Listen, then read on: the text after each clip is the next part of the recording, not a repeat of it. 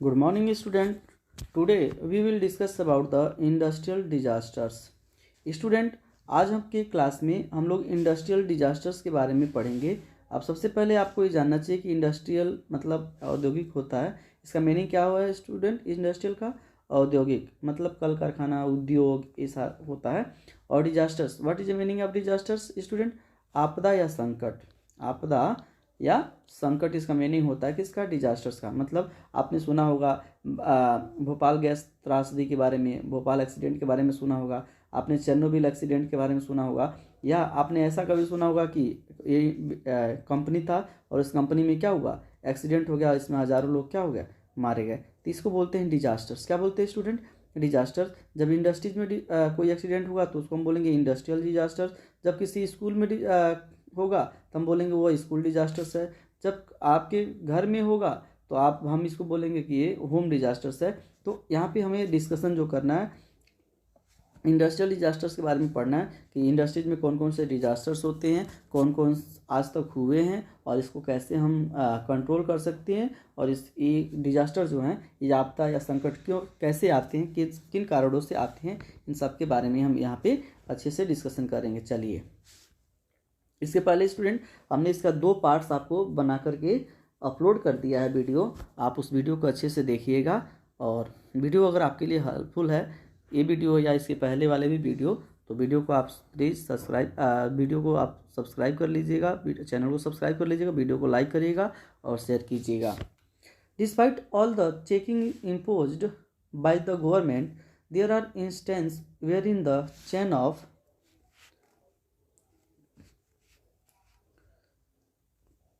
chain of inspectors and agencies falter in their duties, and there are lapses on account of security and safety। क्या student, अभी हम लोगों ने पढ़ा था इतना सारा डिपार्टमेंट काम करता है, fire department, environment protection department, कानून इतने तरह से बनाए गए हैं। तो क्या इंडस्ट्रीज में कोई डिजास्टर नहीं होता है क्या?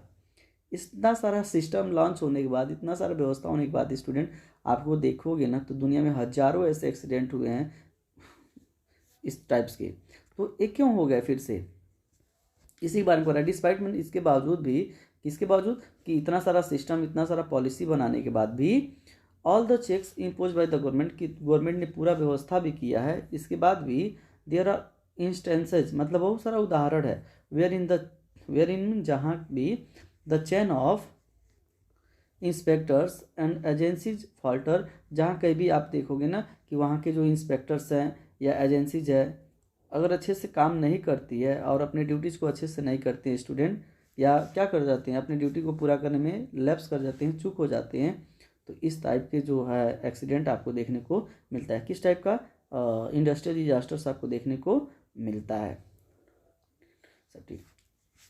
तो हम सिंपल समझ सकते हैं स्टूडेंट, जहाँ कहीं भी हमारे जो इंस्पेक्टर्स होते हैं या वो जो भी चेक इन ऑफिसर होते हैं ना, अगर वो अपनी ड्यूटीज़ को अच्छे से नहीं करते हैं तो क्या होता है, वहाँ पे एक्सीडेंट हो जाते हैं, इंडस्ट्रियल डिजास्टर्स हो जाते हैं।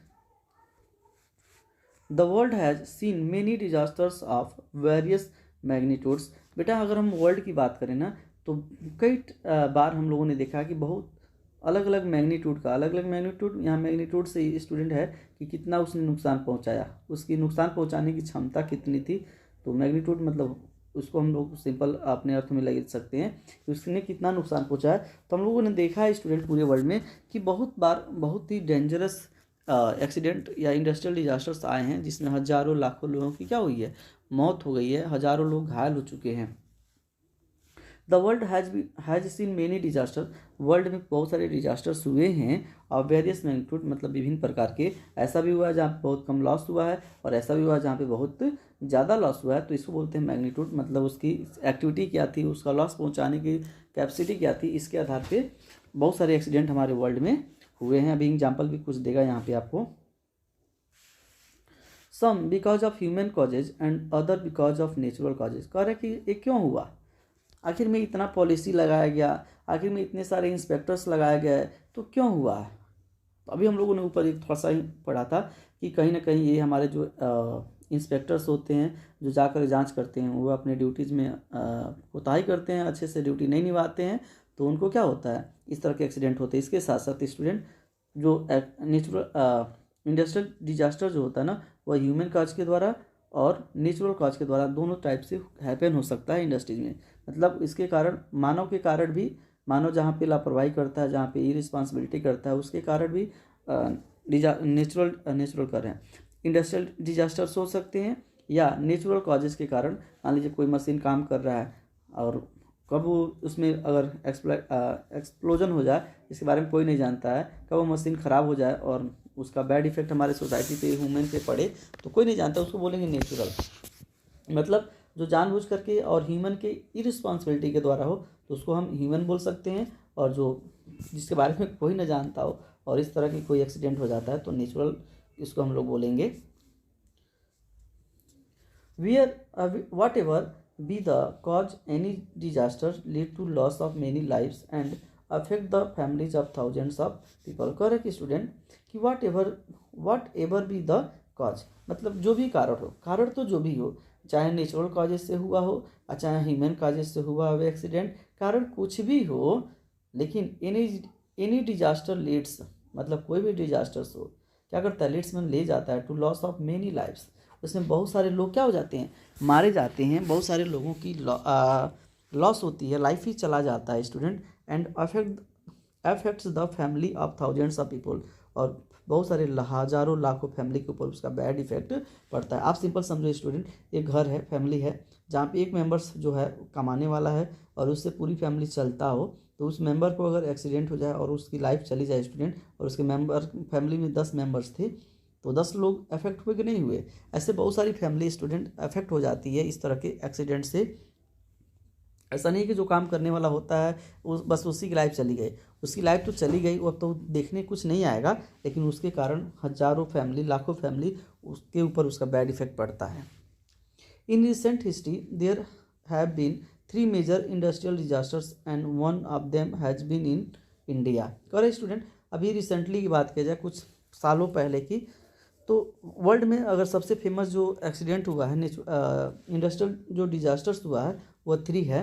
3 दिया हुआ है आपके बुक में, आपके सिलेबस में, और उसमें से एक जो हैपन हुआ है वो कहाँ पे हुआ है, इंडिया में हुआ है। एक इंडिया में भी हुआ है और 2 वर्ल्ड में हुआ है। देखते हैं कौन कौन से एक्सीडेंट है। These are the Chernobyl nuclear plant radiation leak in Ukraine. Student, second है आपका the Bhopal gas leak in India, and third कौन सा है student, Fukushima Daiichi nuclear plant disaster due to tsunami in Japan. Student, यहाँ पे 3 accident दिया हुआ है, जिसमें से आपका एक जो है यूक्रेन में हुआ है। कौन सा है, ये नाम आपके लिए इंपॉर्टेंट है स्टूडेंट। तो चेरनोबिल न्यूक्लियर प्लांट जो है आपका यूक्रेन में हुआ था, किसके कारण हुआ था, रेडिएशन लीक, वहाँ से रेडिएशन लीक हो गया था स्टूडेंट, इसके कारण हुआ था। भारत में जो हुआ था स्टूडेंट, सबसे इंपॉर्टेंट है आपके लिए द भोपाल गैस लीक, ठीक है, 1984 में हुआ था स्टूडेंट, यहाँ पे याद कर लेंगे, 1984, 1984 में इंडिया वाला हुआ था, भोपाल वाला। और थर्ड जो है आपका फुकुशिमा है, फुकुशिमा में हुआ था, जो किसके कारण हुआ था ये स्टूडेंट, सुनामी के कारण हुआ था। अब क्या कोई जानता है कि सुनामी कब आ जाएगा, कोई नहीं जानता। तो ये नेचुरल काजेस था, लेकिन इन काजेस के कारण बेटा हजारों लोगों की जानें चली गई। Let us look at the cause of the Bhopal gas leak from Union Carbide factory at Bhopal which killed and maimed thousands of people and their generation to come. Student, यहाँ पे एक के बारे में डिस्कशन करने की बात करता है, भोपाल गैस लीक के बारे में। स्टूडेंट, भोपाल जो गैस लीक हुआ था, कंपनी का क्या नाम था, यूनियन कार्बाइड फैक्ट्री कंपनी का नाम था स्टूडेंट। यूनियन कार्बाइड कंपनी जो एक तरह का डेंजरस या कह सकते हैं विषैली जो है ना गैस बनाती थी, भारत में भोपाल में बनाती है। और इसके कारण स्टूडेंट, इस एक्सीडेंट के कारण जो है भारत के हजारों लोग, लाखों लोग क्या हुए, मारे गए। और इसका जो है ना बहुत ही आने वाले नेक्स्ट जनरेशन पे भी इसका बहुत ही ज़्यादा बैड इफेक्ट पड़ा। अभी हम लोग सुनते हैं कि भोपाल का जो एक्सीडेंट हुआ था ना, उसका प्रभाव आज के जनरेशन पे भी क्या होता है देखने को मिलता है। सोच लीजिए 1984 में हुआ था और उसका जो बैड इफेक्ट है ना स्टूडेंट, आज भी आपको उसके आसपास के एरिया में देखने को मिलता है। The 1985 reports give a picture of what led to the disasters and how it developed, although they differ in details। Student कह रहा है कि एक एक्सीडेंट 1984 में जब हो गया तो इसको बाद में क्यों हुआ, कैसे हुआ, ये किस कारण से हुआ, ह्यूमन कारण से हुआ कि नेचुरल कॉजेज से हुआ, इन सारी चीज़ों पे बहुत ही जांच पड़ताल हुआ और बाद में चल करके एक न्यूज़ रिपोर्ट्स में देखने को मिलता है आपको 1985 में कह रहा है कि the 1985 reports give a picture, मतलब उस एक्सीडेंट के बारे में एक पिक्चर्स, एक आइडिया देने का प्रयास करता है of what led to the disaster, मतलब डिजास्टर्स का क्या कारण था, डिजास्टर्स क्यों हुआ, इसके बारे में थोड़ा सा वो आपको नॉलेज देता है। एंड हाउ इट डेवलप, ये कैसे डेवलप हुआ, ये कैसे हुआ वहाँ पे और होने के बाद उसको कंट्रोल नहीं किया जा सका, क्यों, ये सारी चीज़ों के बारे में आपको नॉलेज देता है। Although they differ in details, कैसे वो एक एक्सीडेंट दूसरे एक्सीडेंट से डिफर था, मैं अभी आपको मैंने 3 एग्जांपल्स दिया है, चेरनोबिल का दिया है, फुकुशिमा का दिया हुआ, तो कैसे एक दूसरे से भिन्न है, इन सभी चीज़ों के बारे में हम लोग डिटेल से पढ़ेंगे, दिया हुआ है। सबसे पहले हम डिस्कशन करेंगे student, factors leading to the gas leak include, कौन कौन से फैक्टर्स जो थे जिसके कारण जो है गैस क्या हुआ, लीक हुआ। गैस की आप जानते हैं कि इस कंपनी में जो है गैस लीक हुआ और गैस लीक के कारण जो है लाखों लोग, हज़ारों लोग मारे गए। The use of hazards chemicals like methyl isocyanate, सबसे पहले तो आपके लिए ये इंपॉर्टेंट हो गया स्टूडेंट, आपसे पूछा जाएगा कि कौन सा गैस लीक हुआ था भोपाल गैस त्रासदी में, तो आप याद कर लीजिएगा मिथाइल आइसोसाइनेट या मेथिल आइसोसाइनाइट हुआ है, उसको शॉर्ट में MIC बोलते हैं। क्या बोलते हैं स्टूडेंट, MIC, मिथाइल आइसोसाइनाइट। एक जहरीली गैसें आप जानते हैं, साइनाइड जो होती हैं गैसी जहरीली गैसें होती हैं। Second, storing these chemicals in large tanks in stead of over 200 steel drums, इसको स्टूडेंट क्या किया गया, मतलब एक बहुत बड़े टैंक्स में स्टोर किया गया था, मतलब कह सकते हैं कि इसको बहुत बड़े स्टोर टैंक में स्टोर किया गया था, जबकि इसको ऐसे नहीं रखना था, इसको ऐसे नहीं रखना चाहिए था, इसको क्या करना चाहिए, छोटे छोटे ड्रम्स में इसको क्या करना चाहिए, रखना चाहिए था, स्टील ड्रम्स में, लेकिन ये बहुत बड़े टैंक्स में इसको रखा गया था। सिंपल कर सकते हैं स्टूडेंट कि ये जो केमिकल्स था उसको इतने बड़े टैंक्स में नहीं रखना चाहिए था, उसको छोटे छोटे ड्रम्स में क्या करना चाहिए था, बंद करके रखना चाहिए था, कि जिससे अगर कोई प्रॉब्लम होती तो हम उसको क्या कर सकते थे, सही कर सकते थे, लेकिन इतना बड़ा टैंक में था कि हमें उसको कंट्रोल नहीं कर पाया और इसका बहुत ही ज़्यादा लॉस हमारे लाइफ में देखने को मिला। Possible corroding material in pipelines which lead to leakage, ये माना जाता है स्टूडेंट कि मान लीजिए पाइप होता है, मान लीजिए कोई पाइप है, तो पाइप में मान लीजिए यहाँ से कोई मटेरियल जा रहा है, तो ये मटेरियल क्या करेगा, उसको कोरोड करेगा, कोरोड मतलब बार बार इसको खरोच करेगा। स्वाभाविक है, आपने देखा भी होगा कि कोई पाइप होता है, मान लीजिए नल वाला ही पाइप, आप जब उसको बोरिंग करते हैं तो नया होता है, लेकिन जब उसको निकालते हैं तो देखेंगे कि कहीं कहीं वो क्या हो चुका है, टूट हो चुका है कोरोडिंग के कारण, मतलब उसमें छेद हो जाते हैं, उसमें होल हो जाते हैं, वो लीक हो जाता है। तो ऐसा इसका कारण माना जाता है कि जो पाइप था ना, जो पाइपलाइंस जो थी उसमें क्या हो गया था, उसमें लीक बन गया था, उसमें कहीं से लीकेज हो गया था, किसके कारण, कोरोडिंग कारण, खुरचने के कारण। मटेरियल जाएगा तो स्वाभाविक है कि इसमें रगड़न होगा या थोड़ा सा डिस्ट्रॉय होगा, तो इसमें लीकेज हो जाएगा। इसको माना जाता है मेन कारण कि वो पाइप की लाइन जो थी लीकेज हो गई थी। Poor maintenance after the plant ceased production in the early 90 कह रहा कि स्टूडेंट जो वहाँ पे मेंटेनेंस था ना बहुत ही पुअर था, बहुत ही मेंटेनेंस जो था पुअर था, क्योंकि 1980s में इस प्लांट को क्या किया गया था, एक बार बंद भी किया गया था, सीज भी किया गया था। 1980 में इस प्लांट को एक बार सीज कर दिया गया था, और जब इसको फिर कंटिन्यू किया गया तो इसके ऊपर किसी भी तरह का कोई मेंटेनेंस वर्क नहीं किया गया बहुत अच्छे तरीके से, जिससे देखा जाता है ना कि वहाँ का मेंटेनेंस वर्क बहुत ही ख़राब था, बहुत ही अच्छा नहीं था, वहाँ पे किसी भी तरह कोई सुविधा नहीं थी।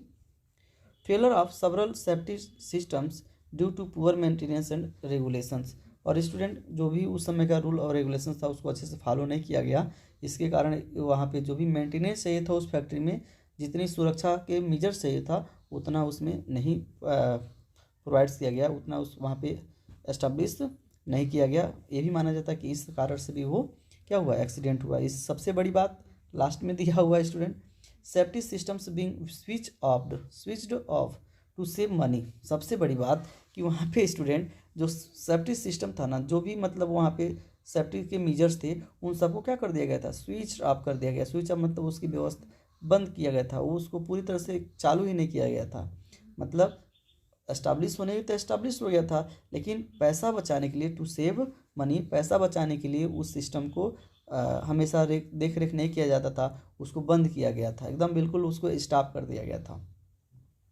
Including the MIC tank refrigeration system which alone would have prevented the disasters. कह रहे स्टूडेंट, वहाँ MIC टैंक रेफ्रिजरेशन जो था, मतलब अगर बाई चांस कोई गैस लीक करता है या बाई चांस गैस बाहर निकलता है और उसका बैड इफेक्ट पड़ेगा, तो वहाँ पे एक MIC टैंक रेफ्रिजरेशन था, मतलब उससे हम क्या कर सकते थे, उस गैस के इफेक्ट को कम कर सकते थे, उस गैस के प्रभाव को रोक सकते थे।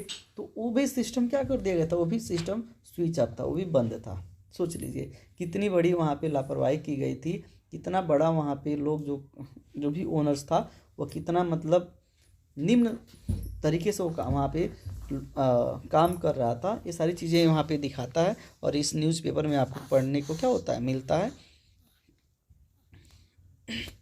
इसके साथ साथ student, the problem was aggregated by the location of the plant near a densely populated area, non existent plans to safeguard against any major disasters and shortcomings in healthcare and socio-economic rehabilitations। तो एक और बात देखने को मिलती है student कि जो आपका इंडस्ट्रीज था ना, जो आपका भोपाल की जो कंपनी थी वो कहाँ पे था, डेंसली पॉपुलेटेड एरिया में था, मतलब वो ऐसे रीजन्स में जाता जिसके आसपास बहुत ही पॉपुलेटेड, बहुत ही ज़्यादा पॉपुलेशन क्या करती थी, रहती थी। इसके साथ साथ स्टूडेंट उस कंपनी में किसी भी तरह का कोई भी सेफ गार्ड या किसी भी सुरक्षा से रिलेटेड कोई भी व्यवस्था वहाँ पे नहीं थी, जिसके कारण जो है ना वहाँ के हेल्थ केयर पे या वहाँ पे लोगों को रिहेबिलिटेशन करवाया जा सके, एक स्थान से दूसरे स्थान पे लोगों को भेजा जा सके, इस तरह की कोई भी व्यवस्था वहाँ पे देखने को आपको नहीं मिलती है, जिसके कारण जो है इसका बैड इफेक्ट हमारे सोसाइटी पे और यहाँ के पीपल पे बहुत ही ज़्यादा पड़ा student. This caused serious toxicity problems in the ground water as well. इसके साथ साथ स्टूडेंट एक प्रॉब्लम और बढ़ गया कि जब गैसेज लीकेज हो गया तो कहीं ना कहीं बेटा केमिकल्स गैसेज थी, रासायनिक खाद केमिकल्स था, तो धीरे धीरे रीस करके हमारे अंडरग्राउंड वाटर में भी चला गया और अंडरग्राउंड वाटर भी क्या हो चुका था, पॉल्यूटेड हो गया, और उसको जिन लोगों ने भी यूज किया उसको बहुत ही ज़्यादा लॉस हुआ, बहुत ही ज़्यादा उनको प्रॉब्लम्स होना शुरू हो गया। तो पूरी तरह से कह सकते हैं स्टूडेंट कि डेंसली पॉपुलेटेड एरिया था, लोगों को किसी भी तरह का वहाँ पे सेव करने के लिए कोई प्रोविजंस नहीं था। Such huge losses of life could have been possibly averted had the various checks required to be carried out periodically by the inspectors of the various agencies taken their job seriously. Student इतने बड़े जो accident हो रहे हैं उसको हम कैसे रोक सकते हैं, तो इसके बारे में दिया हुआ है। तो ये सब तभी हो सकता है, इसको कंट्रोल कर सकते हैं स्टूडेंट जब क्या हो, जब जिस भी एजेंसीज को जो रिस्पॉन्सिबिलिटी दी गई है वो एजेंसी अपनी रिस्पॉन्सिबिलिटी क्या करे, अच्छे से करे, और वहाँ पे जो भी सेफ्टी मेजर्स हो वहाँ सेफ्टी मेजर्स को भी क्या किया जाए, वहाँ पे लॉन्च किया जाए और बहुत ही एक्टिव तरीके से हो करके वहाँ पे जो भी वर्क हो उसको किया जाए, तब हम जा करके इस तरह के एक्सीडेंट को क्या कर पाएंगे, रोक पाएंगे स्टूडेंट, अन्यथा इस तरह के एक्सीडेंट होते रहेंगे। यहाँ पे देखिए आपको पिक्चर्स दिखाने की कोशिश किया गया है। हाँ, चेरनोबिल न्यूक्लियर प्लांट का ये चेरनोबिल का दिया हुआ है। तो ये था स्टूडेंट आपका भोपाल गैस त्रासदी जो 1984 को हुआ था। गैस कौन था ये स्टूडेंट, मेथिल आइसोसाइनाइड था।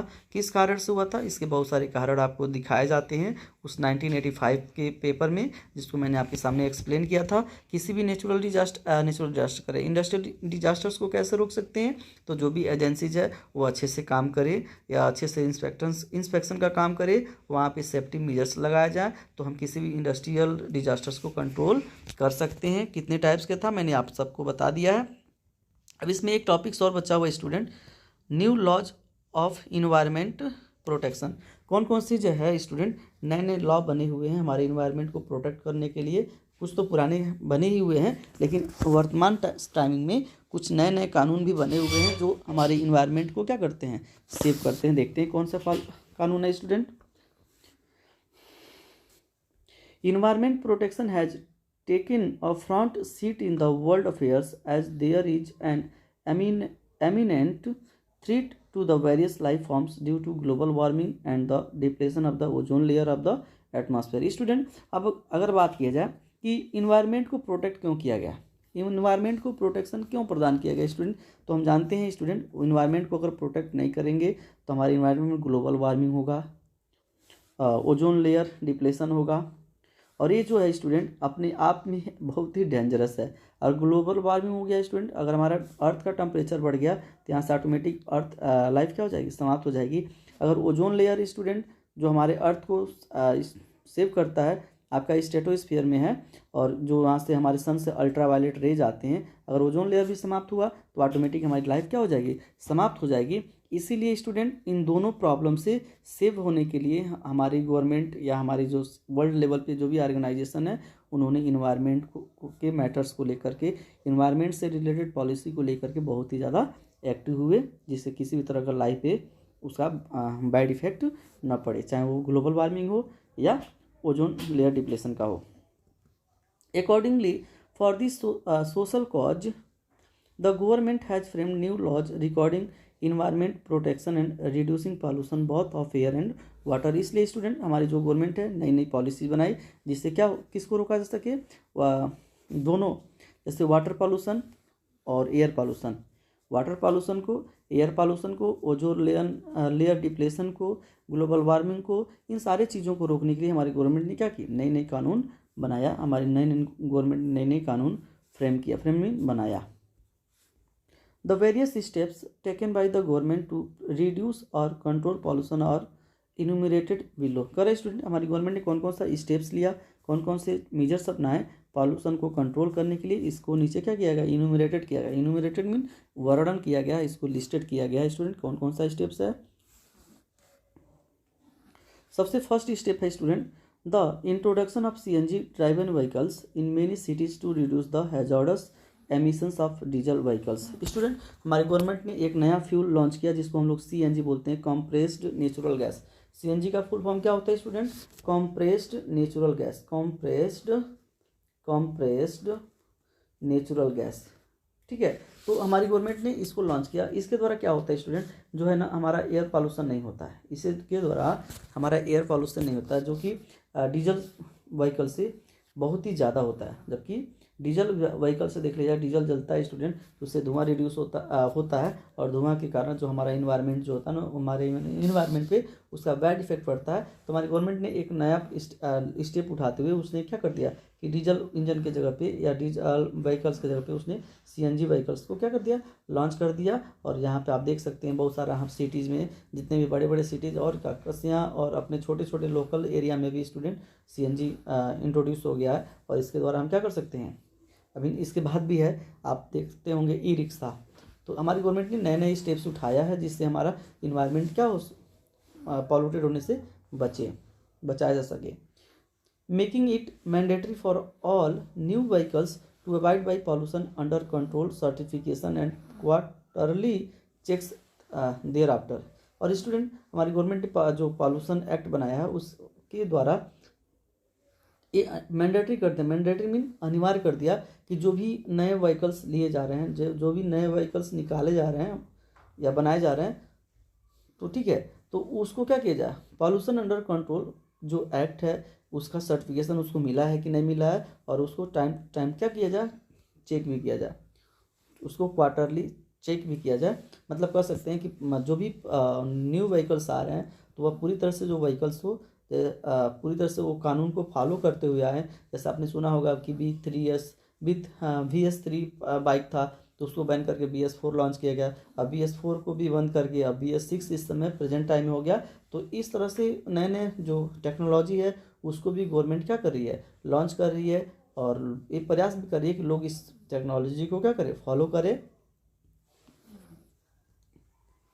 Enforcing industrial waste treatment before it is disposed into the environment both in terms of gaseous waste and liquefied effluents। Student हमारी गवर्नमेंट का एक और टारगेट है कि जो भी इंडस्ट्रियल वेस्ट हो रहा है, जो भी इंडस्ट्रियल वेस्ट है, इंडस्ट्रियल वेस्ट मतलब जो भी इंडस्ट्री से कूड़ा कचरा जो भी गंदगी निकल रही है तो उसको पहले क्या किया जाए, उसका पहले ट्रीटमेंट किया जाए। मान लीजिए अगर ये इंडस्ट्रीज है, ये रिवर है, तो अगर इसको क्या करेंगे, यहाँ से जो भी वेस्ट निकल रहा है डायरेक्ट अगर इस रिवर में डिस्पोज कर देंगे स्टूडेंट, तो हमारा ये रिवर का वाटर क्या हो जाएगा, पॉल्यूटेड हो जाएगा। तो हमारा ये टारगेट होना चाहिए कि जो भी वेस्टेज निकल रहा है ना उसके साथ पहले ट्रीटमेंट किया जाए। ट्रीटमेंट मतलब उसमें कुछ सुधार किया जाए, उसमें कुछ केमिकल्स डाल करके उसको प्योर करने की कोशिश किया जाए, और जब वो कम नुकसानदायक हो या मतलब उसका ट्रीटमेंट हो जाए, तब उस पानी वेस्ट को क्या करना चाहिए, रिवर्स में या कहीं भी उसको क्या करें, हम डिस्पोजल करें। इससे क्या होगा कि पॉल्यूशन कम से कम होगा, और पॉल्यूशन चाहे वो गैसेस पॉल्यूशन हो चाहे लिक्विफाइड पॉल्यूशन हो, तो उसको हम क्या कर सकते हैं, रोक सकते हैं अगर ट्रीटमेंट करके उसको किसी भी वेस्ट रिवर्स या किसी भी लैंड पे उसको अगर रख रहे हैं, तो इससे कम से कम लॉस होगा और हमारा इन्वायरमेंट जो होगा पॉल्यूटेड होने से क्या होगा, बचेगा। तो स्टूडेंट यहाँ पे जो चैप्टर है ये कंप्लीट होता है।